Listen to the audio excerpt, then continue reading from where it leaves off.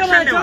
আমরা দেখি কোন পুলিশ বসে আছে, কেন অ্যাকশন নেয়নি। এই যে দেখুন, এই যে ধর্ষক যে বলেছিল ফেসবুকে যে মহিলাদের রাস্তায় দেখলে রেপ করবে, সেই রাজদীপ মাইতি বলেছিল রাস্তায় নাম করে করে বলেছিল আমি রক্ষিতা রাখি, চলো নাম চলো করে বলেছিলেন ভালো লাগছে না।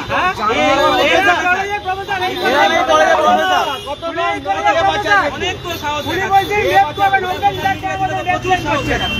চলুন, আমরা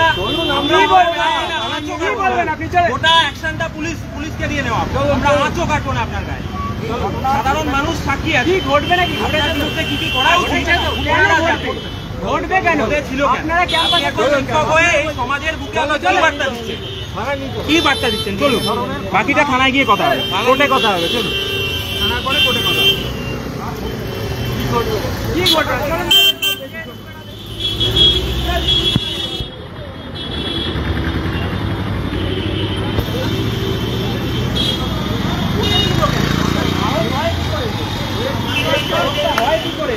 আপনার কোন কার মদতে আপনারা তো সাহস হয়ে যে আপনি পুলিশের কাছে অভিযোগ হয়েছে, তার সত্ত্বেও আপনি এটা করে বেড়াচ্ছেন খুলেআম, একটু বলুন।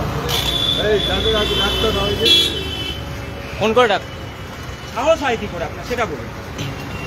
আপনি মেয়েদের বলেন যে আমি রক্ষিতা রাখি, মেয়েদের বলেন যে এর মুখটা ভালো লাগছে না, এর মুখটা ভালো লাগছে না, অন্য কাউকে আমার একে আমি 10 টাকাও দেবো না, একে আমি 20 টাকাও দেবো না। একজন মহিলার ছবি দিয়ে পোস্ট করে বলেন প্রোফাইল থেকে, আপনি ছুরি নিয়ে লাইভ করে বলেন যে দেখছো তো খেলা দেখাবো, ভয়ঙ্কর খেলা হবে, ছুরি নিয়ে বলেন আপনি লাইভে। আপনি একজন শিক্ষক, আপনি শিক্ষক, আপনার লজ্জা লাগে না? বলুন, এবার বলছেন না কেন, বলুন বলুন, ফেসবুকে করছেন তো বলুন। আপনার বাড়িতে মা বোন নেই? যদি এরকম মানসিক সমস্যা থেকে হসপিটালে ভর্তি হয়, নাহলে আমরা টাকা দিয়ে ভর্তি করাচ্ছি, চলুন, আর নাহলে জেলে ঢোকাবো, চলুন বাকিটা থানায় গিয়ে কথা হবে। স্যার, মির্জাপুর সিটি কলেজের প্রোফাইল থেকে বলে একজন মহিলার ছবি দিয়ে বলে একে আমি রক্ষিতা রাখি, একজন মহিলার ছবি থেকে বলে একে আমি তো 10 টাকাও দেবো না রাতে, একে নিয়ে আয় কিন্তু একে আমি 10 টাকার বেশি দেবো না। হ্যাঁ,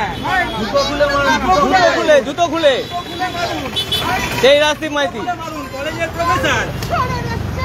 প্রফেসর ছুরি দেখিয়ে বলে ভয়ঙ্কর খেলা হবে, ম্যাডাম ভয়ঙ্কর খেলা হবে, সেটাই আমি জিজ্ঞেস করলাম। আরে মা বোন নেই আপনার? কি আছে? আমরা কোনো গায়ে হাত দেবো না,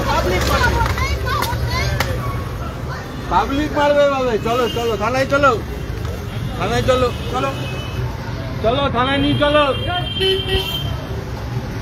এই এরাই বলে মহিলারা রাস্তায় বেরোতে পারে না, দেখুন একে আমার বাড়িতে পাঠা, একে আমি 10 টাকার বেশিও দেবো না, মহিলাকে ফেসবুক প্রোফাইল থেকে বলে একে আমি রক্ষিতা রাখি। চল চল আমার